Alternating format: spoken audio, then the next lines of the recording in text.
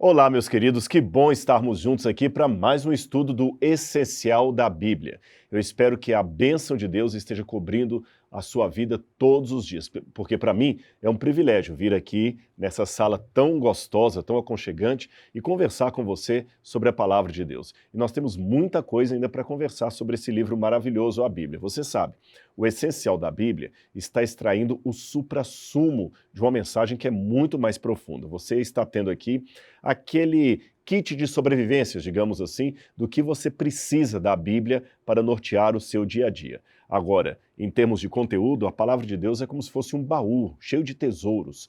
Cada vez que você abre, tem uma coisa assim mais profunda, mais interessante. Jesus, aliás, fez uma comparação parecida, quando ele disse que todo homem versado no reino, todo escriba versado nas coisas do reino, é como um pai de família, que sempre que abre um baú, tira coisas novas e velhas. Eu já li a Bíblia há tantos anos e cada vez aprendo coisas novas, como se estivesse lendo pela primeira vez. Mas para isso, você sabe, é importante sempre orarmos antes de estudar a Bíblia, para que o Espírito Santo possa nos conduzir a essas verdades tão maravilhosas. Vamos então fazer isso? Vamos orar a Deus? Incline sua fronte comigo nesse momento. Obrigado, querido Pai, pela revelação que temos de teu livro sagrado, a Bíblia. Obrigado porque o Senhor fala ao nosso coração através das páginas desse livro. Obrigado pela mensagem dos profetas e a esperança que cada uma delas contém. Obrigado ainda, Deus, porque o Senhor estabeleceu para nós um plano de redenção, de salvação, e nós temos a oportunidade de compartilhar esse conhecimento com outras pessoas. Perdoe os nossos pecados, ilumina-nos agora no estudo da Tua Palavra, eu peço em nome do Teu Filho Jesus. Amém, Senhor. Amém. Muito bem, vamos lá. Hoje, o tema que eu tenho para você é fascinante. Aliás, é um assunto que nós vamos explorar juntos e que mexe comigo. Eu imagino que você já esteja cansado de ouvir falar tanto no chamado fim do mundo, não é? Fica até meio apocalíptico assim. Mas e se eu disser para você que o fim do mundo, na verdade, é o começo de algo inacreditável? Isso mesmo. E para provar isso, vamos mais uma vez recorrer à Bíblia, e assim nós vamos aprofundar o nosso entendimento das promessas proféticas que estão na Bíblia, que revelam a imensa esperança que Deus plantou no coração de cada um de nós, os seus filhos. Essa esperança se baseia na promessa divina de que um dia o Senhor, em pessoa, vai colocar um fim ao mundo de maldade, sofrimento, podridão. Esse mundo que vivemos e que muitas vezes nos machuca, ele vai ter um fim. E aí Deus vai abrir portas a uma nova realidade de amor, esperança, paz e justiça. Jesus, antes de subir ao céu, deixou uma promessa incrível aos seus discípulos. Ela está relatada no Evangelho de João. João é o quarto evangelho do Novo Testamento. E ali no capítulo 14 de João, dos versículos 1 a 3, nós temos essa promessa de Jesus. Preste atenção. Não se perturbe o coração de vocês. Creiam em Deus, creiam também em mim. Na casa de meu pai há muitos aposentos. Se não fosse assim, eu lhes teria dito: vou preparar-lhes lugar. E se eu for e lhes preparar lugar, voltarei e os levarei para mim, para que vocês estejam onde eu estiver. Para que vocês estejam onde eu estiver. Através dessas palavras, Jesus promete que a separação causada pelo pecado, que ocorreu no início da história da humanidade, essa separação será totalmente desfeita. É a promessa, portanto, de um reencontro, desta vez de modo definitivo, a restituição da relação eterna entre o homem e o seu Criador, felizes e juntos para todo sempre. Assim como nós almejamos um encontro com Deus, Deus também tem anseio por esse encontro. Ou seja, é por isso que ele deixa sempre na Bíblia promessas como esta aqui, que fazem toda a diferença. Lembra o que ele falou ali? Nós lemos: eu vou preparar um lugar, mas voltarei. E quando eu voltar, eu levarei vocês para viverem comigo mesmo. Isso é maravilhoso. Mas aí pode surgir uma pergunta até ansiosa. Por que isso não aconteceu ainda? O que Jesus está, afinal de contas, esperando para cumprir essa promessa? Como nós já conversamos em estudos anteriores, as coisas não são tão simples de resolver. Quando liberdade e amor estão envolvidos no processo, na equação, isso toma toma uma dimensão mais dramática. E Deus, que é sábio e paciente, não é de tomar atitudes imediatistas. Deus sabe dar tempo ao tempo e fazer tudo no momento exato, no momento correto, e não no momento da ansiedade. Quer mais uma passagem? Vamos ler aqui, segunda carta de Pedro, capítulo 3, versículo 9. O apóstolo Pedro também escreveu suas epístolas, ou suas cartas, e a segunda carta de Pedro, capítulo 3, versículo 9, traz esta promessa aqui, preste atenção. O Senhor não demora em cumprir a sua promessa, como julgam alguns. Pelo contrário, Ele é paciente com vocês, não querendo que ninguém pereça, mas que todos cheguem ao arrependimento. Uma possível resposta, portanto, do porquê dessa suposta demora seria o que está aqui. Ou seja, o Senhor não está retardando a sua promessa, como muitos pensam que Ele faz. Não, Ele está sendo, na verdade, paciente, longânimo. Ele quer que cada um de nós cheguemos ao arrependimento. Mais uma vez, a Bíblia apresenta o caráter amoroso desse Deus vivo. Isso está bem claro nesse texto que nós acabamos de ler.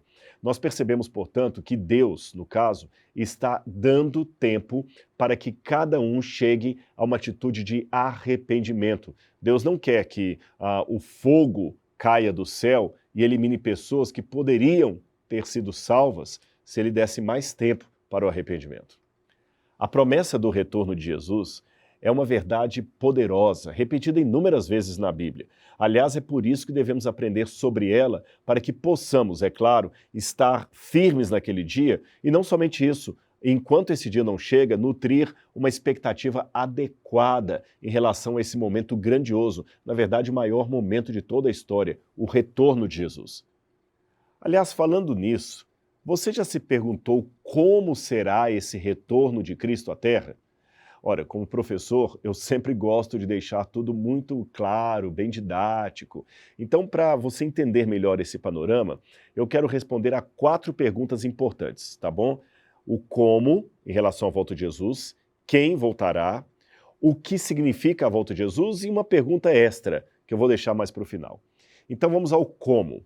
Como será o retorno da volta de Jesus? A Bíblia nos conta, em Atos, capítulo 2, que quando Jesus subiu ao céu, ele deixou uma promessa. 2 anjos apareceram ali e disseram, este Jesus que dentre vós foi recebido lá em cima no céu, voltará, assim como para o céu vocês o viram subir. Então imagine um avião ou um foguete subindo para o céu. Pois é, o retorno de Jesus será assim, visível, todos vão poder contemplar esse dia. Então esse retorno de Cristo será um evento visível, universal, todos saberão.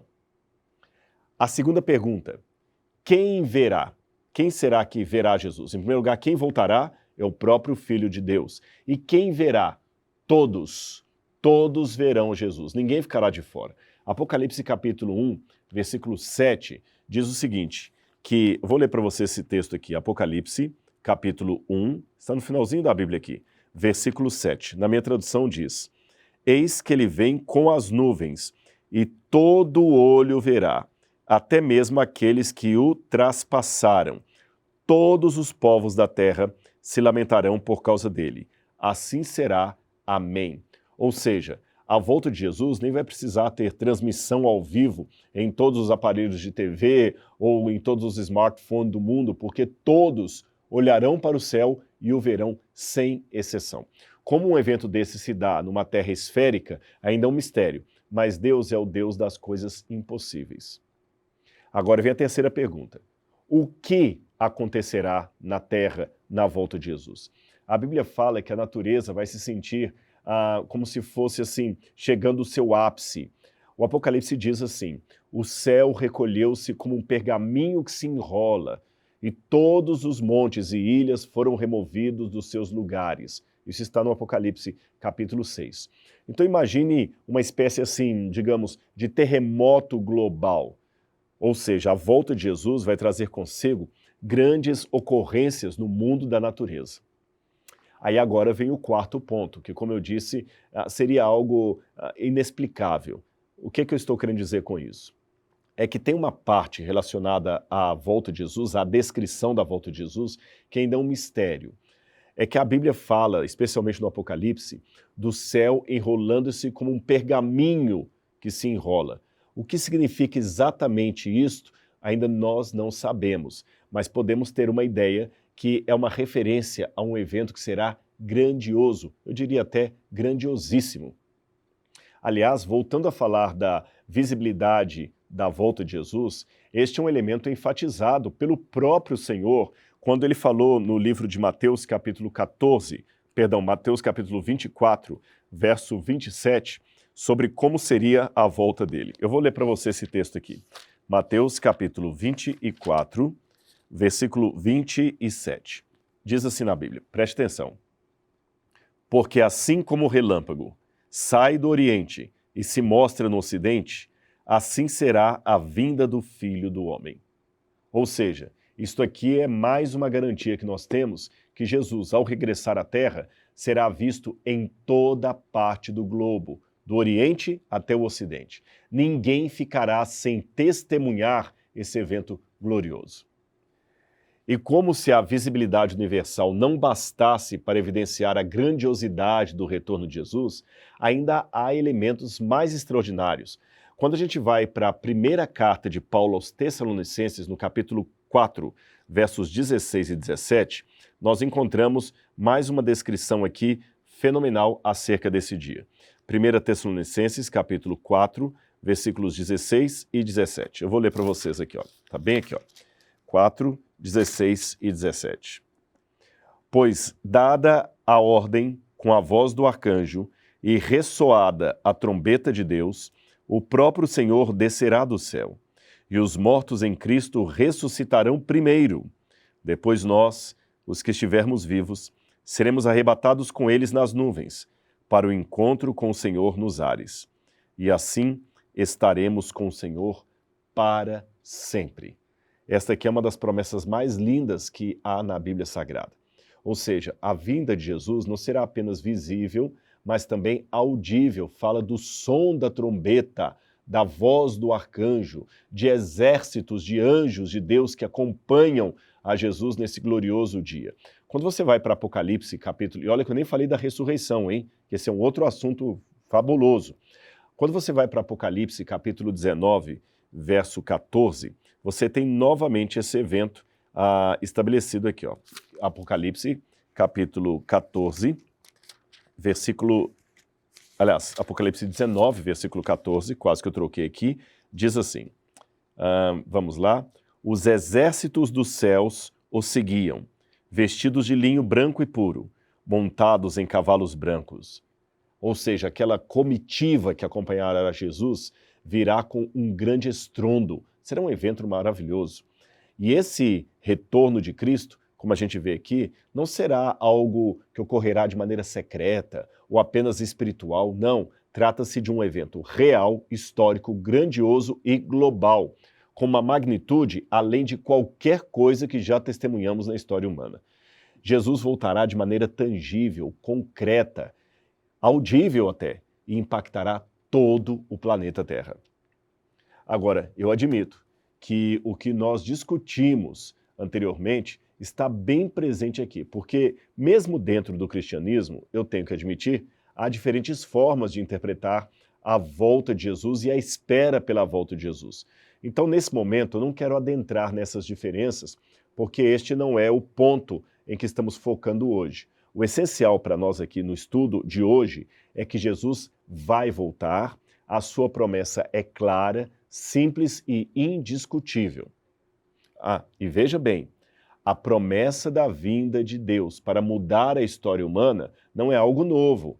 Nos tempos antigos, o próprio rei Davi expressou a sua esperança no Salmo 50, verso 3, quando ele falou, vem o nosso Deus e não guarda silêncio. Diante dele há um fogo devorador e poderosa tempestade ao redor dele. Ou seja, estas palavras de Davi são uma antecipação da poderosa e transformadora volta de Jesus ao planeta Terra. Agora, no entanto, a volta de Jesus também trará consigo reações diferentes para aqueles que ignoraram as promessas de Deus ou até fizeram pouco caso da oportunidade que Deus lhes dera.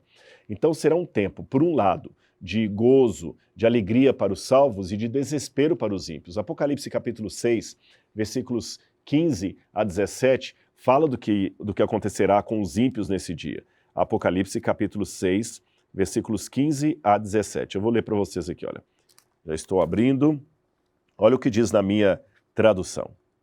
Então os reis da terra, os príncipes, os generais, os ricos, os poderosos, todos escravos e livres, esconderam-se em cavernas e entre as rochas das montanhas. Eles gritavam às montanhas e às rochas: caiam sobre nós e escondam-nos da face daquele que está sentado no trono e da ira do Cordeiro. Pois chegou o grande dia da ira deles, e quem poderá suportar? É realmente uma pena que aqueles que escolheram um caminho sem Deus terão um encontro inevitável com a realidade, mas aí será tarde demais. Não é à toa que nós cristãos temos essa missão de contar aos outros a melhor e maior esperança de todas: Jesus em breve voltará. Agora, diferente do relato anterior, para aqueles que estarão aguardando com ansiedade, com desejo a volta de Jesus, aí sim, haverá uma mudança maravilhosa. No atual estado de coisas, nós estamos sujeitos ao sofrimento, aos problemas, mas isto acabará, mudará. E esses salvos, eu quero estar entre eles, receberão o que a Bíblia chama de novo céu e nova terra, onde não haverá mais morte, nem choro, nem dor. Aliás, como é dito em Apocalipse 21, verso 4, eu vou citar para vocês. E Deus enxugará os seus olhos de toda lágrima, e já não haverá mais morte, nem pranto, nem clamor, nem dor, porque as primeiras coisas, essa é a parte mais linda, porque as primeiras coisas já passaram. Então reflita comigo nessa primeira frase. As primeiras coisas já passaram. Tudo o que estamos vivendo, por mais longa que seja a história da Terra, por mais lento que seja o passar do tempo, principalmente quando estamos sofrendo, são apenas as primeiras coisas, elas passarão. Todas as outras estão à nossa frente, após a volta de Jesus. Gente, com toda sinceridade, o meu coração se enche de alegria ao saber que a vida de verdade ainda nem começou. É nesse tom que a Bíblia conclui o seu texto com a promessa final feita pelo apóstolo João, ali no Apocalipse, no finalzinho do Apocalipse, capítulo 22, versículos 20 e 21, que eu vou ler para você. Olha como a Bíblia encerra. Preste atenção. Aquele que dá testemunho destas coisas diz: sim, venho em breve.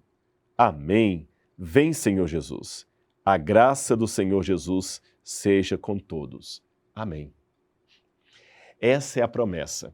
E esta promessa, renovada pelos lábios de Cristo, nos assegura que devemos manter a expectativa e a esperança, porque o evento final será em breve.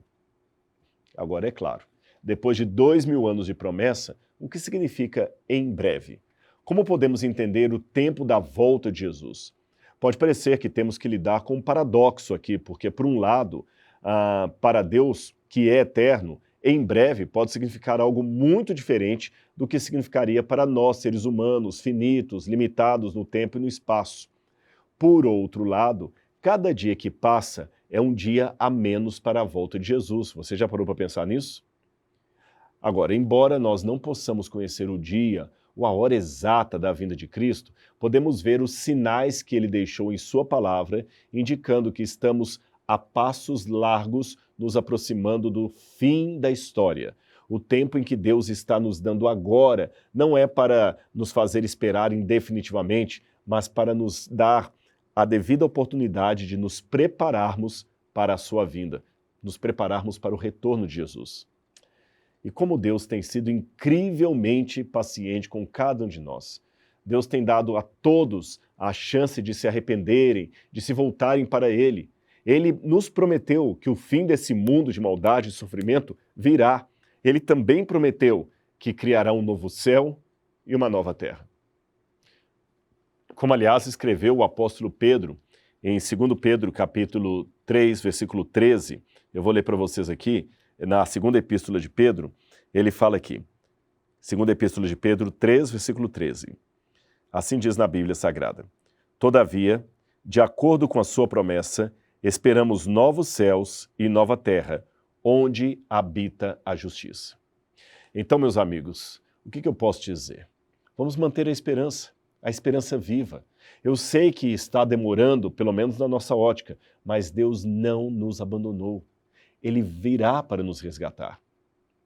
E enquanto eu e você esperamos pela tão prometida volta de Cristo, vamos viver de maneira digna, principalmente atendendo ao seu chamado, amando a Deus acima de todas as coisas e ao próximo como a nós mesmos. Vamos fazer todo o possível para ajudar uns aos outros e vamos trabalhar para que outros possam conhecer a grande esperança que nós temos em Cristo Jesus. Ele tem um plano para a minha vida e para a sua. Eu quero estar no céu com as pessoas que eu amo e eu quero encontrar você também. Quando Jesus voltar nas nuvens, eu quero ver você em meio à multidão. Eu quero me encontrar com você, quem sabe, se não tivermos oportunidade de nos conhecermos pessoalmente nesse mundo, ali nós vamos olhar um para o outro e você dirá: Rodrigo, que bom te encontrar aqui. Olha, eu estudei o essencial da Bíblia. Eu tomei uma decisão ao lado de Jesus. Eu vou abraçar você, vou abraçar os meus outros entes queridos e juntos nós vamos contemplar o Rei. Mas eu ainda quero expandir mais esse assunto da espera da volta de Jesus e eu vou fazer isso na próxima aula. Então eu quero olhar a Bíblia com exatidão e entender quão perto estamos de ver Jesus descendo nas nuvens do céu para nos levar até Ele. E como devemos marcar a nossa trajetória de espera nesse mundo enquanto Ele ainda não vem.